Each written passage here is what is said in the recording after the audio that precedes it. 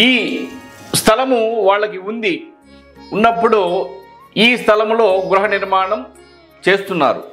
అంటే ఈ గృహ నిర్మాణం చేయకముందు ఇంకొక స్థలంలో ఉన్నారు.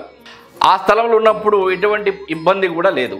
అయితే ఇద్దరు కొడుకులు అవ్వటం వలన 2 పోర్షన్ల బిల్డింగ్, అంటే వాళ్ళకు ఉన్నటువంటి స్థలంలో 2 పోర్షన్ల బిల్డింగ్ కట్టుకున్నారు.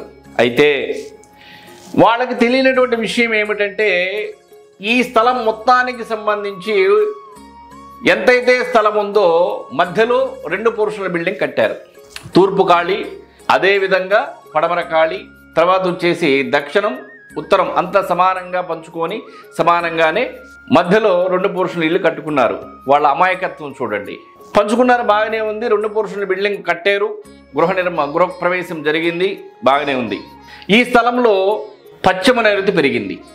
ఈ స్థలం మొత్తానికి సంబంధించి పశ్చిమ నైరుతి పెరిగింది. ఇంకొక విషయం ఏమిటంటే వాళ్ళు తూర్పుకు వచ్చి నైరుతి నడక నడుస్తున్నారు. దక్షిణం రోడ్డు ఉంది, నైరుతి నడక నడుస్తున్నారు. హద్దు మీద కట్టారు.